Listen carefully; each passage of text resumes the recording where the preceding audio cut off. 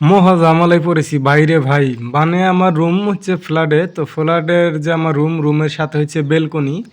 তো বেলকনির সাথেই আবার রয়েছে একটা নারকেল গাছ। হ্যাঁ, এই নারকেল গাছটা নিচে, তো নিচ থেকে মানে ৩ তলা পর্যন্ত আর কি আমার বেলকনির ওখানে নারকেল গাছের যে পাতা ঢাকগাটা রয়েছে, এই ঢাকগার একটা ডাল পুরাটাই আমার বেলকনির মধ্যে লাইগা রয়েছে।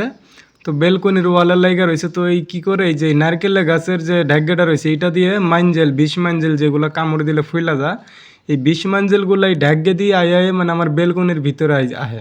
হ্যাঁ, এই বেলকনি যায় পুরা বেলকনি বেড়া, আবার এখান থেকে কি হয় রুমের ভিতরেও আসে দুই একটা। তো এগুলা রুমের ভিতরে আসে, দেখা গেছে শুয়ে রয়েছি অথবা ঘুমাই আছি অথবা বইসা রয়েছি রুমের ভিতরে, যে অবস্থায় থাকি নাকে এই মাঞ্জেলগুলা কি করে কামড় দেয়। হ্যাঁ, কামড় দিলে কি হয় তারপর অনেকক্ষণ ব্যথা যন্ত্রণা হয়, ফুইলা যা। তো এগুলো হচ্ছে সমস্যা। দেখেন এই যে নারকেল গাছটা বায়ে বায়ে কিন্তু এই মাঞ্জেলগুলা নিচ থেকে আর কি গাছের ঢাকগে দিয়ে আমার বেলকনিতে আসে, বেলকনির থেকে তারপরে কি করে এগুলো রুমে আসে। তো এটা হচ্ছে মূলত সমস্যা। তো আমি এই বিষয়টা বাসার ম্যানেজারের সাথে আলাপ করছি যে ভাই নারকেলের গাছটা জারি হোক, এই ডালটা কাইটা দেওয়া লাগবো, না তো মাঞ্জেলের জন্য থাকা যাইতেছে না।